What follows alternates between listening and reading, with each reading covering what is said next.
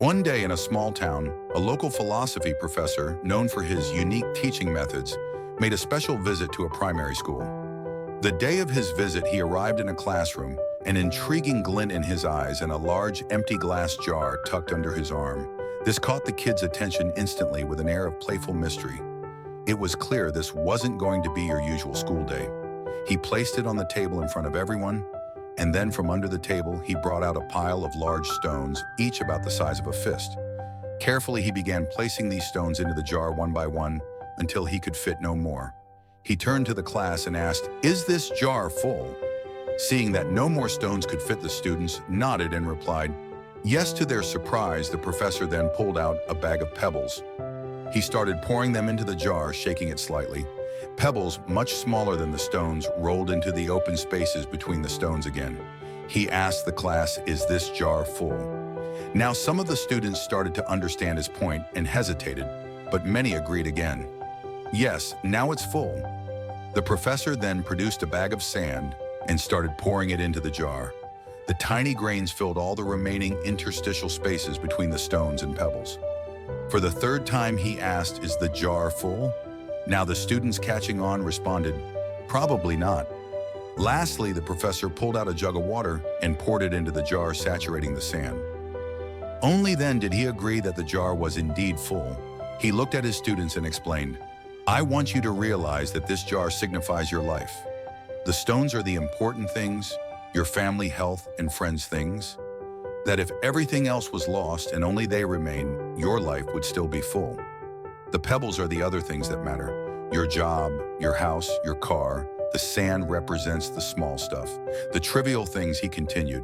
"If you put the sand or the pebbles into the jar first, there's no room for the stones. The same goes for life.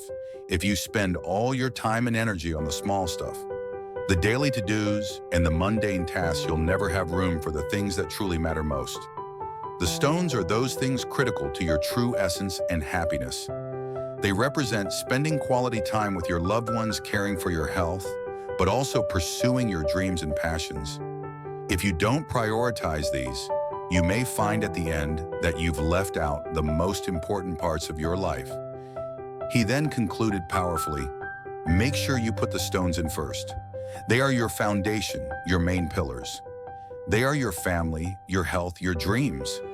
Don't let the pebbles or the sand, the secondary tasks, the routine, the trivialities take precedence over them at the end of your journey. It is the stones that will weigh the most in your jar of life, defining its value and meaning. Let your life be driven by the things that enrich your spirit, that fulfill your soul, and that matter the most. The rest is just pebbles and sand." As the professor concluded his speech, a thoughtful student raised her hand and asked, "But professor, what about the water? Where does that fit into our lives?" The professor smiled at her insightful question and responded, "The water. The water signifies that no matter how full your life may seem, there's always room for a cup of coffee or tea with a friend. No matter how busy you are, there's always space for small moments of joy, relaxation, and connection with others in our lives. We often find ourselves juggling between priorities, trying to fit everything into the limited hours of the day. We get so caught up in the hustle and bustle, the small tasks, that we sometimes forget what truly matters. This jar, our life, it's not infinite. It has only so much space. If we choose to fill it first with sand and pebbles, the mundane and the peripheral, we leave no room for the stones, the things of real value and meaning. So I urge you, focus on your stones, first your family, your health, your passions, and your dreams. These are the aspects of your life that, when everything else is stripped away, will still leave you fulfilled and content.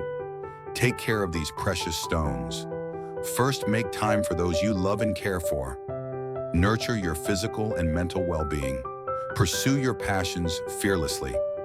And while you do that, never forget to make room for learning, growth, and kindness in the water. That's the unexpected, the unplanned. That's the coffee with a friend, the spontaneous laughter, the shared moments of joy. Even when life seems so full, there's always room for these.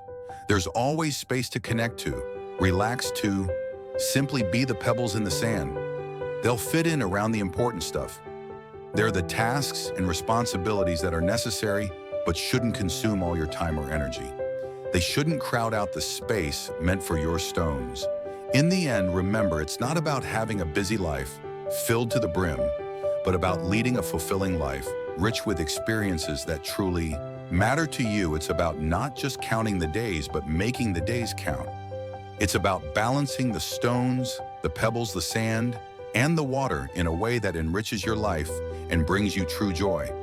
This is Take the Leap Motivation. Thank you for watching. Until next time, remember, prioritize your stones and make every moment count.